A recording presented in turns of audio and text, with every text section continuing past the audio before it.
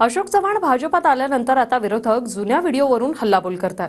राऊतांनी तर फडणवीसांच्या चव्हाणांवरील जुना व्हिडिओ यहाँ महाराष्ट्र में लोगों ने किस तरह एक आदर्श बनाने की कोशिश नहीं की, शहीदों के परिवार को धोखा दिया था।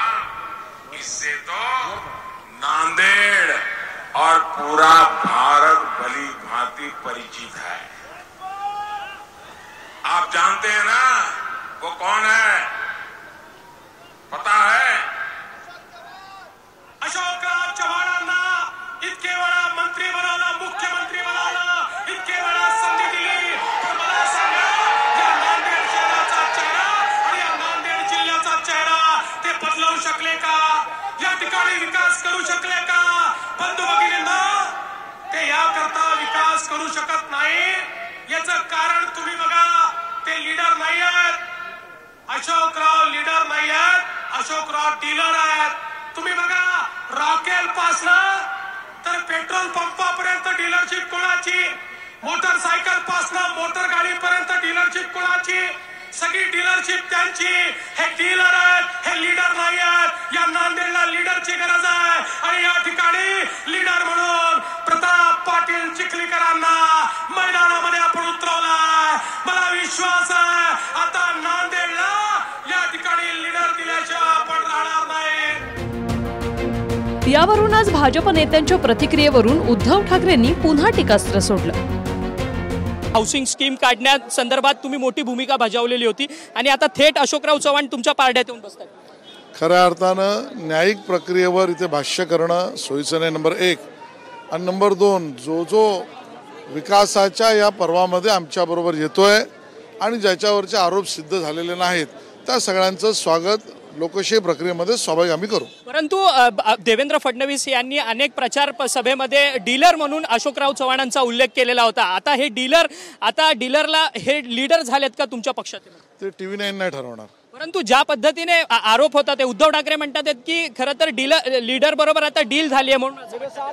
तुला उत्तर नाही देणार. आता येताना मी बघत होतो भाजपच्या नेत्यांची काय त्रेधा तिरपीट उडते प्रेसच्या समोर. एक नेते आहेत दिव्य, त्यांचं नाव घेण्याचे पण लायकीचे नाही असे ते नेते आहेत.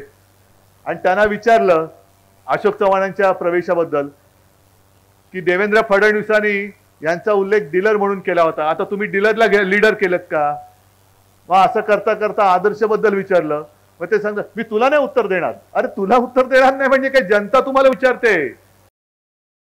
स्वतः मोदीजी म्हणाले की शहीद कुटुंबियांचा अपमान कोणी केला, मग त्यांचं एका क्लिपमध्ये नाव घेतलंय अशोक चव्हाणांचं. मग देवेंद्र फडणवीसांची एक क्लिप आहे की हे लीडर नाहीत, हे डीलर आहेत.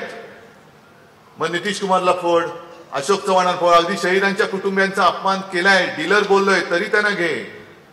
मग अशोकराव पण घाबरून गेलेत असं म्हणतात आणि भाजप पण घाबरून गेलेत आणि दोघांनी विसरून गेलेत की एकमेकावरती काय आरोप केले होते. यांची परिस्थिती अशी आहे की मला नाही आबरू, मी कशाला घाबरू. आबरूच नाही शिल्लक ठेवलेली, सगळ्या आबरूचे धिंडवडे. बघा, राजकारणामध्ये परिस्थिती बदलत असते, स्थिती बदलत असते. अनेक लोक आपण बघतायत, देशामध्ये बघतायत, राज्यामध्ये बघतायत, पक्षामध्ये येत आहेत, कोणी जात आहेत. मला वाटतं हे चालत असतं. विरोधी पक्षात असताना काही गोष्टी बोलल्याही जातात, बोलाव्या लागतात. आरोपांचं काय सर, डीलर वगैरे? ऐकून घ्या माझं जरा 2 मिनिट ऐकून घ्या तुम्ही. तुमचे प्रश्न तुमचेच उत्तर म्हणल्यानंतर काय बोलणार. त्यांनी हा व्यक्तिगत निर्णय घेतला आणि ते आता भारतीय जनता पक्षामध्ये आलेले आहेत, त्यांचं मी मनापासून स्वागत करतो. स्थिती बदलत असते अशी प्रतिक्रिया अशोक चव्हाणांनी दिली. हायकोर्टामध्ये आमच्या बाजूने निकाल लागलेला आहे, अपीलमध्ये काही एजन्सीज गेलेल्या आहेत. ठीक आहे, लिगल प्रोसेस जी आहे ती फॉलो होईल, पण हा एक राजनीतिक ॲक्सिडेंट म्हणावा लागेल, मला एवढंच म्हणायचं आहे. आणि I face enough of that. मला वाटतं की फार काही चिंतेचा विषय वाटत नाही. तुमचे आणि देवेंद्र फडणवीस यांचे जुने व्हिडिओ सुद्धा आता व्हायरल केले जातात. असं आहे की तेच व्हिडिओ कॉन्स्टंट काय 100 वर्ष राहणार नाहीत. राजकीय प्रसंगानुसार निर्णय बदलत जातात, लोक जोडल्या जातात. ठीक आहे, तसं काय नाही. मुंबई.